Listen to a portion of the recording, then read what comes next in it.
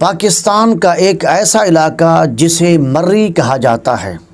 مرری میں گرمیوں میں بھی بڑی شدت کے ساتھ سردی ہوتی ہے، ٹھنڈ ہوتی ہے، اور سردیوں میں اس کی ٹھنڈک کی شدت اور بڑھ جاتی ہے۔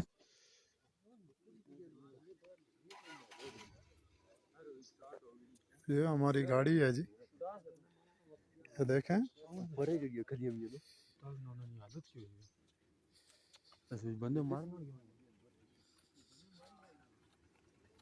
یہ دیکھیں، اس گاڑی میں پوری فیملی ڈیتھ ہو گئی ہے۔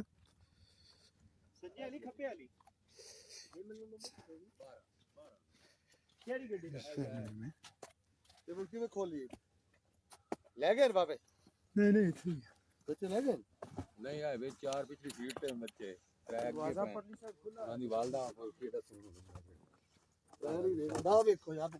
چلتے جائیں جی، راستہ کوئی نہیں چلو چلتے جائیں۔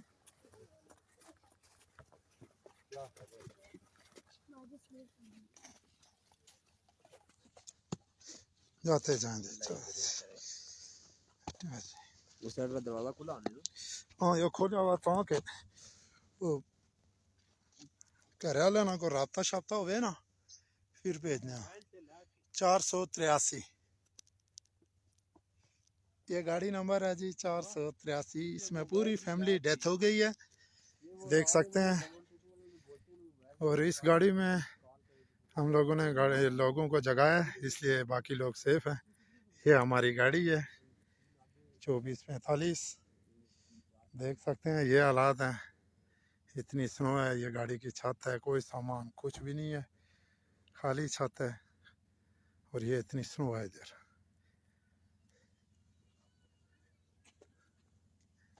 آدمی لوگوں کی جانیں جا رہی ہیں۔ یہ نہیں کہ مکان میں آنا یار، ایک کیا ہو گیا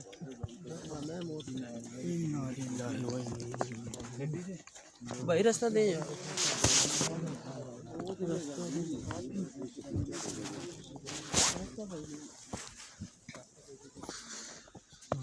دروازہ کھولی کی نا۔ آج سے کچھ دن پہلے خبروں میں، اخبارات میں اور سوشل میڈیا پر مرری کی جو حالات تھے وہ دکھائے جا رہے تھے کہ مرری میں شدید قسم کی برف باری ہو رہی ہے، اور حکومت نے وہاں پر لوگوں کو جانے سے منع بھی کیا ہے، اور لوگوں کو اس بات کی خبر بھی ہے کہ مرری میں آج کل شدید قسم کی برف باری ہو رہی ہے، اور وہاں پر جانا خطرے سے خالی نہیں ہے۔ لیکن اس کے باوجود کئی ایسے لوگ ہیں جو ضد کی بنا پر اپنے دوستوں کے ساتھ اور بعض لوگ اپنی فیملیوں کے ساتھ وہاں پر سیر و تفریح کے لیے چلے گئے ہیں۔ چنانچہ وہاں پر جو لوگ پہنچے ہیں، اور بعض لوگ ایسے بھی تھے جو گاڑیوں کے اندر بیٹھے ہوئے ہیں اور ان کے اوپر برف باری ہو رہی ہے، برف کی بارش ہو رہی تھی، وہ بیچارے ان گاڑیوں کے اندر ہی انتقال کر گئے ہیں۔ انا للہ و انا الیہ راجعون۔ تو سوال یہ ہے کہ یہ لوگ جن کو حکومت کی طرف سے روکا بھی گیا ہے، لیکن پھر بھی یہ لوگ وہاں چلے گئے ہیں، ان کی موت کا حکم جو ہے وہ کیا ہوگا؟ کیا ان کی موت خودکشی والی موت ہوگی یا ان کی موت شہادت والی موت ہوگی؟ یہ ایک سوال تھا جو ہم سے کیا گیا ہے۔ اس کا جواب یہ ہے، دیکھیں، اسلام کی روح سے کوئی انسان بھی اپنی جان کا مالک و مختار نہیں ہے۔ ہر انسان کی جان اور مال اللہ تعالیٰ کی عطا کردہ نعمت ہے اور اللہ تعالیٰ کی امانت ہے۔ انسان کو صرف جسم اور جان کے تصرف اور استعمال کرنے کا اختیار دیا گیا ہے، لیکن اس کے لیے بھی شریعت نے حدود اور قیود مقرر فرمائی ہے۔ اسی تصرف اختیاری پر جزا اور سزا کا مدار ہے۔ انسان چونکہ اپنے جسم کا مالک مختار نہیں ہے، اسی لیے کسی انسان کو یہ اختیار نہیں ہے کہ وہ اپنے جسم کے کسی حصے کو کاٹ کر پھینک دے یا اپنے جسم کے کسی حصے کو کاٹ کر بیچ دے، کیونکہ انسان کے جسم کا مالک صرف اللہ رب العالمین ہے۔ کیونکہ انسان کے جسم کو اللہ تعالیٰ نے ہی تخلیق فرمایا ہے، اور اللہ تعالیٰ ہی اس جسم کا مالک ہے۔ وہ جب چاہے گا اس انسان کے جسم کو واپس لے لے گا، تو کسی کو کوئی مجال نہیں ہے کہ کوئی شخص انکار کر سکے۔ چنانچہ قرآن مجید میں اللہ رب العالمین نے ارشاد فرمایا ہے، سورہ بقرہ آیت نمبر 195، ارشاد فرمایا وَلَا تُلْقُوا بِأَيْدِيكُمْ إِلَى التَّهْلُكَةِ، اور اپنے ہاتھوں اپنے آپ کو ہلاکت میں نہ ڈالو۔ اسی طرح قرآن مجید کے ایک اور مقام پر ارشاد فرمایا سورہ النساء میں آیت نمبر 29، وَلَا تَقْتُلُوا أَنفُسَكُمْ إِنَّ اللَّهَ كَانَ بِكُمْ رَحِيمًا، فرمایا اور اپنے آپ کو قتل نہ کرو، بلا شبہ اللہ تم پر بہت بڑا مہربان ہے۔ ان دو آیات کی روشنی میں ہر وہ شخص اپنے آپ کو قتل کرنے والا ہے جس نے جان بوجھ کر کوئی ایسا قدم اٹھایا کہ جہاں پر اس کی جان جانے کا خدشہ ہو، جس شخص کو پتہ ہو کہ میں وہاں جاؤں گا اور میری جان کو خطرہ ہے، میری جان جا سکتی ہے، اور وہ شخص ضد کر کے اس مقام پر پہنچ گیا ہے اور وہ وہاں پر جا کر وہ مر گیا، تو گویا اس شخص نے اپنے آپ کو خود قتل کیا ہے۔ کیونکہ اسلام میں انسانوں کے لیے اللہ تعالیٰ نے بہت بڑی آسانیاں پیدا فرمائی ہیں۔ اگر کوئی شخص قرآن اور حدیث میں غور و خوض کرے تو اسلام نے بہت بڑی آسانی پیدا فرمائی ہے انسان کے لیے۔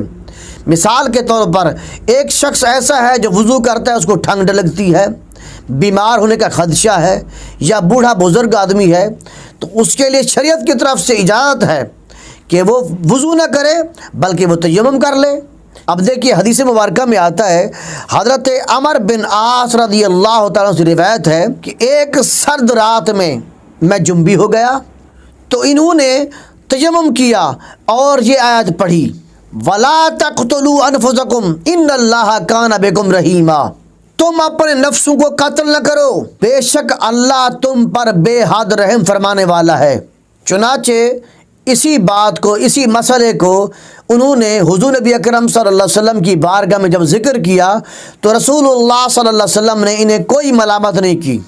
دیکھیں اسلام میں کتنی بڑی آسانی ہے۔ اب جو لوگ مرری میں فوت ہو گئے ہیں ان کے متعلق میرا گمان اچھا ہے، میں ان کو کوئی خودکشی کرنے والا نہیں کہتا اور اپنے آپ کو قتل کرنے والا نہیں کہتا، اور یہ مرری میں جتنے لوگ بھی فوت ہوئے ہیں یہ حکمی شہید ہیں۔ حدیث مبارکہ میں آتا ہے، حضرت جابر بن عتیق رضی اللہ تعالیٰ بیان کرتے ہیں کہ رسول اللہ صلی اللہ علیہ وسلم نے صحابہ سے پوچھا، تم لوگ کس چیز کو شہادت شمار کرتے ہو؟ صحابہ نے عرض کی، یا رسول اللہ صلی اللہ علیہ وسلم، اللہ جل مجدہ کی راہ میں جو شہید ہو گیا ہو، قتل ہو گیا ہو، ہم اس کو شہید شمار کرتے ہیں۔ تو اس پر رسول اللہ صلی اللہ علیہ وسلم شاہ فرمایا، قتل فی سبیل اللہ کے سوا بھی شہادت کی 7 قسمیں ہیں۔ پہلا، طاعون کی بیماری میں مبتلا ہو کر مرنے والا، یہ بھی حکمی شہید ہے۔ دوسرا، غرق ہو کر یعنی پانی میں ڈوب کر جو فوت ہو گیا ہو وہ بھی حکمی شہید ہوتا ہے۔ تیسرا، جس کو نمونیا کی بیماری لگ گئی اور وہ فوت ہو گیا وہ بھی حکمی شہید ہے۔ چوتھا، پیٹ کی بیماری میں مبتلا ہو کر جو فوت ہو جائے وہ بھی حکمی شہید ہے۔ پانچواں، وہ شخص جو آگ میں جل کر فوت ہو جائے اسے بھی حکمی شہید کہتے ہیں۔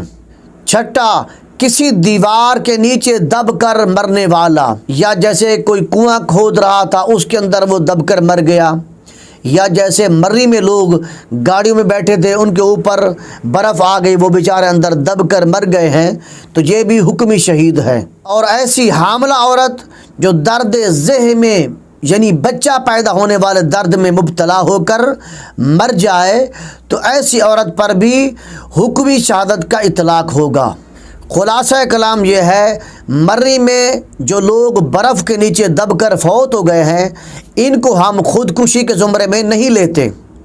ہم یہ نہیں کہتے کہ وہ خودکشی کر لی انہوں نے، گویا کہ ہم یہ نہیں کہتے، بلکہ یہ کہتے ہیں کہ ان لوگوں کی موت حکمی شہادت ہے۔ اللہ تعالیٰ مرحومین کی بے حساب مغفرت فرمائے، مرحومین کی درجات بلند فرمائے، اور تمام بقیہ پسماندگان کو صبر جمیل عطا فرمائے۔ ہمارے ملک پاکستان کے اللہ تعالیٰ خیر فرمائے، آمین۔ وما علینا الا البلاغ۔